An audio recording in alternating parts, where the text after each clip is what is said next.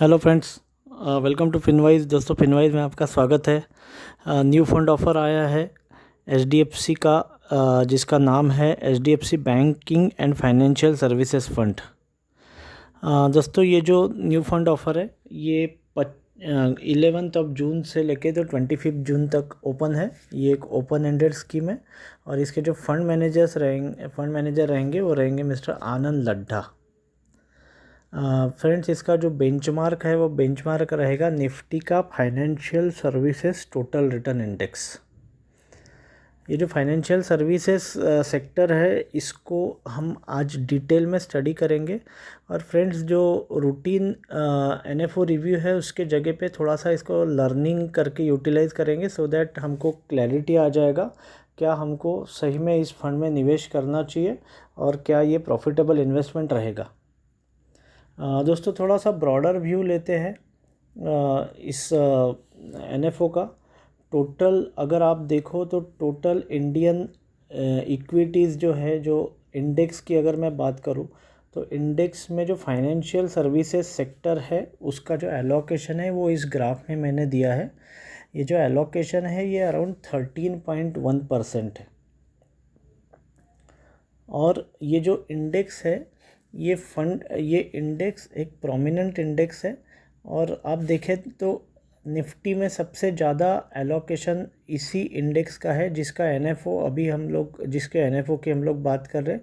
ये इंडेक्स जो है ये इस फंड का बेंचमार्क है, यानी इस इंडेक्स को बीट करना इसका टारगेट रहेगा।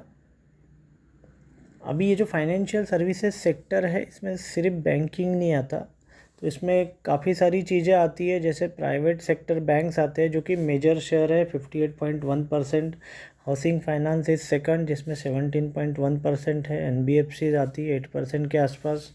फिर इंश्योरेंस आती है, both life and non life insurance. फिर फाइनेंशियल इंस्टीट्यूशंस आती है। अभी asset management companies are new boys in the game, तो इनका भी लिस्टिंग अभी चालू हो गया। और बाकी फाइनेंशियल सर्विसेज है जिसमें मोस्टली फिनटेक कंपनीज आती है। दोस्तों, इंडेक्स के कुछ स्टॉक्स मैं आपको बता देता हूँ just for the reference. HDFC bank forms a major share in the index. 24.4% is HDFC bank और एचडीएफसी ग्रुप जो है उसका 17%। ऐसा अगर एचडीएफसी ग्रुप ही 40% हो जाता है इंडेक्स का कॉन्स्टिट्यूएंट। बाकी ICICI bank, Kotak Mahindra bank है, एक्सिस बैंक है, एसबीआई है। SBI is the only PSU bank in top 10 companies. PSU companies के बारे में ओवरऑल तो ओवरऑल कंपनीज़ को हम सेफ मानते हैं, but PSUs have been a major wealth destroyers in last 10 years.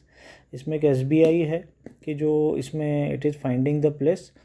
बाकी बजाज फिनसर्व है, बजाज फाइनेंस है, एचडीएफसी लाइफ है, एसबीआई लाइफ इंश्योरेंस है।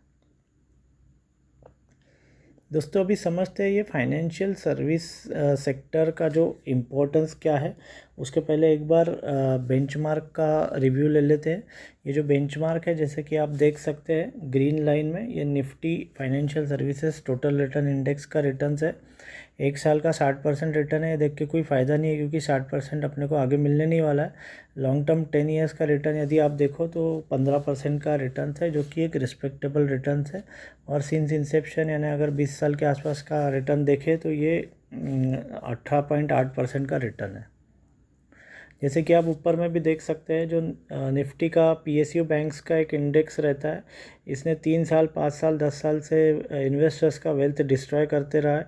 क्योंकि इसमें प्रोफेशनलिज्म या इसमें बाकी एक्सटर्नल फैक्टर्स, गवर्नमेंट इन्फ्लुएंस, ये सारी चीज़ें इन बैंक्स में आती है। बट आप रिसेंट परफॉर्मेंस देखिए जो मैंने ग्रीन में मार्क किया है, तो अभी पिछले 4-5 साल में पहली बार किसी ने इनका कचरा साफ़ करने का सोचा हुआ है। और इनमें का पीएसयूज़ का काफ़ी सारा कचरा, डर्ट, स्लगिशनेस, एनपीए सारे जो भूत है वो सामने आए हैं। तो अभी ये this sector is coming clean. तो आगे चल के it is expected that PSUs would also contribute to the growth of this financial sector। अभी आते हैं और समझते हैं कि ये सेक्टर ने क्या कमाल कर दिया है। ये सेक्टर का इस ग्राफ से आपको समझ में आ जाएगा फ्रेंड्स।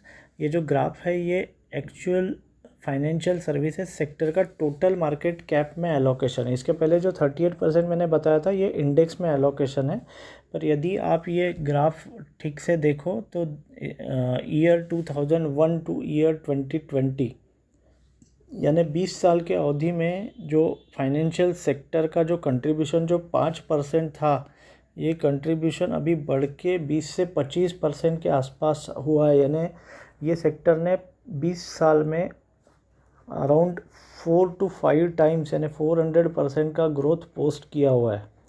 और there is a big story, बहुत सारी स्टोरी अभी बाकी है, क्योंकि अभी फाइनेंशियल सेक्टर जो है वो अभी भी अंडर पेनिट्रेटेड है।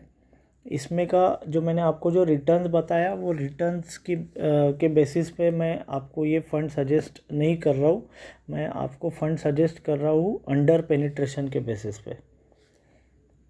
दोस्तों देखिए एक बार ये जो ग्राफ है इसमें क्लियरली दिखता है कि इंडिया में यदि आप देखो तो इंडिया में कोई भी फाइनेंशियल पैरामीटर पे आप देखो तो जो पेनिट्रेशन है वो penetration as compare to a developed country, जिसके लिए यूएसए का एग्जांपल लिया है, ये किसी लेवल पे बहुत हर लेवल पे बहुत कम है, किसी भी पैरामीटर पे ये कॉम्पीट नहीं करता है।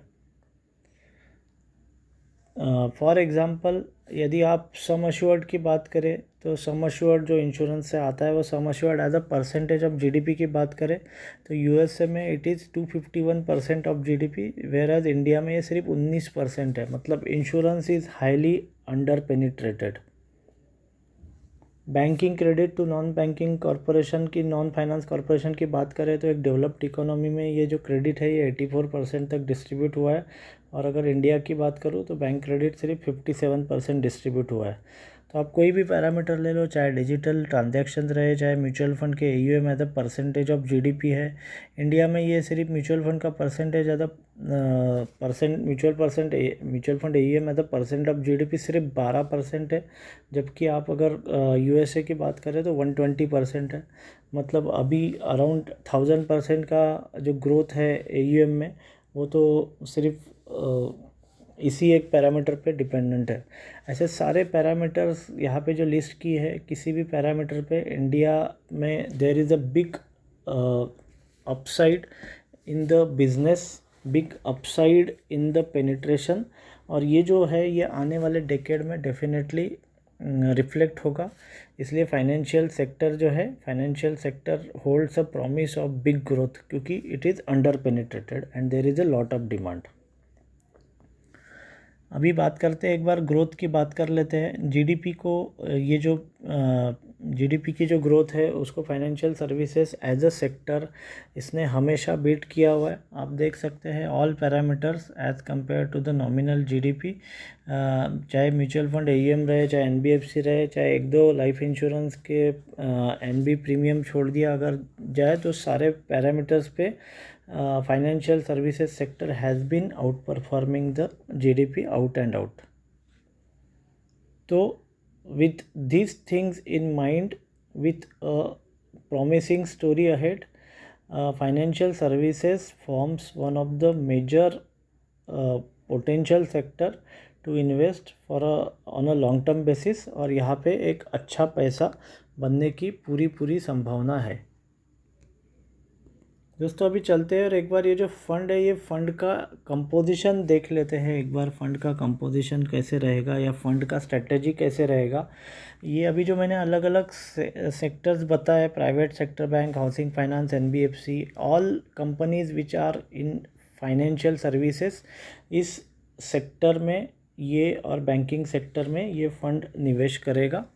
इसका इन्वेस्टमेंट स्ट्रेटजी ये रहेगा कि एक मल्टी कैप फंड जैसे काम करेगा, क्योंकि नेचुरली इसमें छोटी बड़ी सारी कंपनियां हैं, तो इसमें this is not bias towards particular cap. ये इंडस्ट्री के पर्टिकुलर सेक्टर के लीडर्स को चुनेगा, so that you are assured कि इसमें हाई क्वालिटी बिग साइज़ की कंपनी आई है, और उसके साथ में जो सेक्टर के लीडर्स है जो टेक्नोलॉजी एडॉप्शन में भी आगे है। ये फोकस ऑन डाइवर्सिफिकेशन करेगा, क्योंकि दोस्तों at the end of the day ये एक सेक्टोरियल फंड है और सेक्टोरियल फंड में रिस्क रहता है। अगर एक सेक्टर डाउन चला जाए तो वो कई महीनों तक या कई सालों तक अंडर परफॉर्मेंस में रह सकता है। तो इसको डाइवर्सिफिकेशन या लो कोरिलेशन कोएफिशिएंट अचीव करने के लिए ये कुछ ऐसी कंपनीज़ में डालेगा या कुछ ऐसे सब सेगमेंट में डालेगा फाइनेंशियल सर्विसेज के कि जिनका डायरेक्ट रिलेशन फाइनेंशियल सेक्टर के अंडर परफॉर्मेंस से नहीं आता। फॉर एग्जांपल फिनटेक कंपनीज़ है, फिनटेक कंपनीज़ को ट्रांजैक्शन पे या वॉल्यूम ऑफ ट्रांजैक्शन पे पैसा मिलता है, तो ये transaction this is independent of some market corrections और independent of the government regulations या RBI repo rate change and all those things, या बैंक से कितने लोन उठते हैं, इसका जो है फिनटेक सर्विसेज के ट्रांजैक्शंस का कोई लेना देना नहीं आता है।